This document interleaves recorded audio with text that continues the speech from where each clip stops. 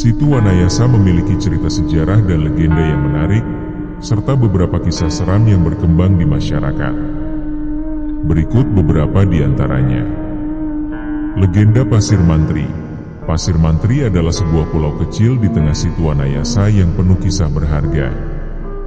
Pulau ini menjadi salah satu daya tarik wisatawan karena pemandangan memukau dan udara sejuk di kaki Gunung Burangrang.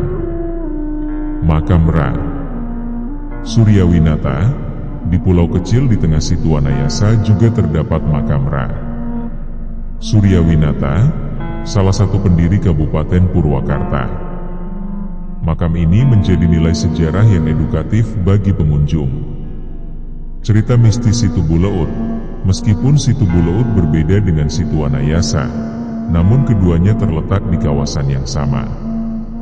Menurut cerita, Situ Bulaut memiliki penunggu yang disebut Si Barong, sesosok makhluk menyerupai kepala singa yang suka muncul secara tiba-tiba di tengah danau. Korban manusia sebagai tumbal. Ada cerita bahwa setiap tahun Situ Wanayasa selalu memiliki korban manusia sebagai tumbal. Beberapa kejadian seperti meninggalnya seorang pengusaha yang menyewa danau untuk rekreasi dan orang yang tercebur ke dalam danau saat menangkap ikan dengan jala, menjadi bukti bahwa ada sesuatu yang mistis di sekitar danau ini.